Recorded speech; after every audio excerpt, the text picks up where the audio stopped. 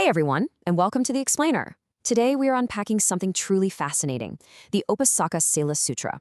Now, unlike a lot of texts that focus purely on mystical poetry or abstract concepts, this sutra actually acts like a scientific, architectural manual for human behavior. I mean, it literally breaks down exactly how our moment-to-moment choices construct our reality. It's incredibly systematic. So let's dive right in and explore how it maps out the psychology of our everyday actions. Here is our roadmap for today. We'll start with number 1, the foundation of precepts. Move into the lay bodhisattva path. Map out the 10 karmic paths. Break down the 3 stages of action. And finally, wrap up with intention and retribution. All right, starting at the ground floor, section 1, the foundation of precepts. Right off the bat, the sutra makes this really sharp, important distinction between 2 types of morality. We have worldly precepts and ultimate precepts. Now, a worldly precept is basically just a standard moral rule, like, deciding on your own that you're not going to steal anymore. But the text says this kind of rule is super fragile. It's kind of like painting a beautiful picture but forgetting to put any glue or binder in the paint. It just flakes off the second it's put under the pressure of your past habits. But then you have an ultimate precept. This is a spiritual vow anchored by the 3 jewels. And here's the wild part. When you take this kind of vow, the sutra states it acts as an active eraser. It literally possesses the power to destroy the weight of your past bad karma.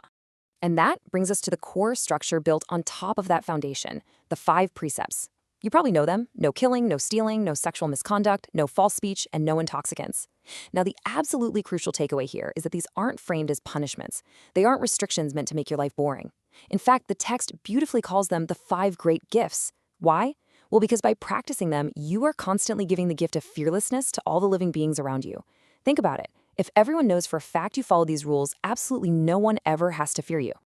But this brings up a surprisingly logical puzzle. You might be wondering, why did past Buddhas place such a massive, almost singular emphasis on restricting alcohol, sometimes even before addressing the heavier, much more obvious sins? Well, the sutra answers this with some incredibly sharp psychological insight. It literally treats alcohol consumption as a shield-breaking sin.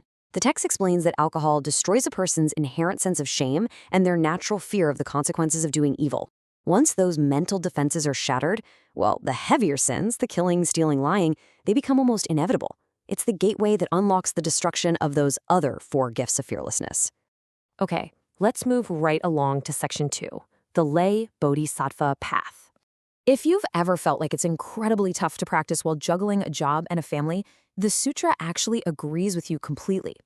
It explicitly compares a monastic bodhisattva with a lay bodhisattva, a regular person living in the modern world, and it states outright that being a working Buddhist is significantly harder. A monastic has an environment practically designed for focus, while the lay person faces a constant barrage of worldly entanglements and triggers. The text totally acknowledges that practicing mindfulness in the sheer messiness of everyday life is the absolute ultimate heavy lifting. Which brings us nicely to section 3, the 10 karmic paths. Look at how systematic this blueprint is. The text categorizes every single action you can possibly take into one of 3 buckets: actions of your body, speech, or mind. There are 3 for the body, 4 for speech, and 3 for the mind. Notice how heavily speech is weighted here. Lying, creating division between people, harsh words, and yes, even idle chatter. They all carry immense karmic weight in this framework. But where do these 10 complex paths actually come from? Well, all 10 of them grow from just 3 incredibly simple psychological roots: greed, anger, and ignorance. And the text breaks this down so logically. Let's say you steal because you desperately want something for yourself. Okay, that's stealing born of greed. But if you steal from an enemy just to ruin their day and cause them pain, that's stealing born of anger. And if you steal because some twisted worldview tells you it's somehow justified, that's born of ignorance. The physical action is exactly the same, but the psychological root completely dictates the flavor of the karma. Let's dig deeper into how this works in section 4, 3 stages of action. At this point, the sutra almost acts like a spiritual court of law. It states that a heavy karmic sin is only fully realized if it hits 3 exact sequential stages. First, the fundamental stage. That's the initial intent to do a specific thing to a specific target. Second, the expedient stage, the actual preparation, like buying the tools or making the plan. And third, the completed stage. The act is totally finished, and crucially, you feel joy and absolutely no remorse about what you just did.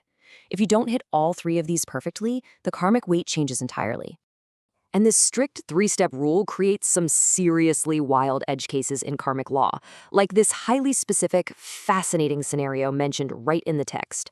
Imagine you break into a house fully intending to steal gold. It's dark, you grab a bag, get outside, open it up, and realize, oh, it's actually silver. So what exactly happens to your karma in that moment? Get this. The sutra says that if you realize the mistake, feel sudden remorse, and figure out a way to return the item, the ultimate, heaviest sin of theft is not completed. Why? Because your fundamental intent, which was stealing gold, didn't match the object you actually took. And because you felt remorse instead of joy at the completed stage, the heaviest possible karmic weight of theft is literally negated. Now, obviously, you still generate some negative karma for the intent and, the breaking in, but that specific heavy sin of the act is aborted. It is just an incredibly precise psychological mechanism. And that leads us to our final section, Section 5, Intention and Retribution.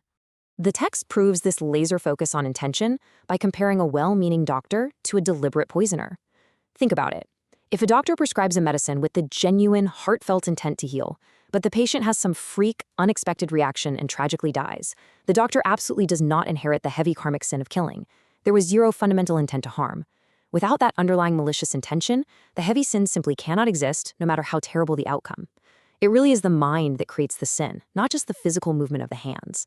Now, even though an action happens in an absolute flash, the sutra describes karma as leaving a lingering, unseen footprint, and it uses this gorgeous analogy to explain it. Imagine a person rapidly spinning a flaming torch in the pitch dark. The fire itself is just in one single spot at any 1 millisecond, right? It's constantly moving, constantly vanishing. Yet, because of the sheer speed and continuity, it leaves what looks to your eye like a solid, unbroken circle of light in the air. Our actions are exactly like that spark. They happen and vanish in a fleeting moment, but the karmic momentum they generate leaves a continuous echo that shapes our entire future. So, as we wrap up this explainer, I really want to leave you with this thought. The Upasakasila Sutra reveals that we are, quite literally, the architects of our own reality. Our minds draft the blueprints through our daily intentions.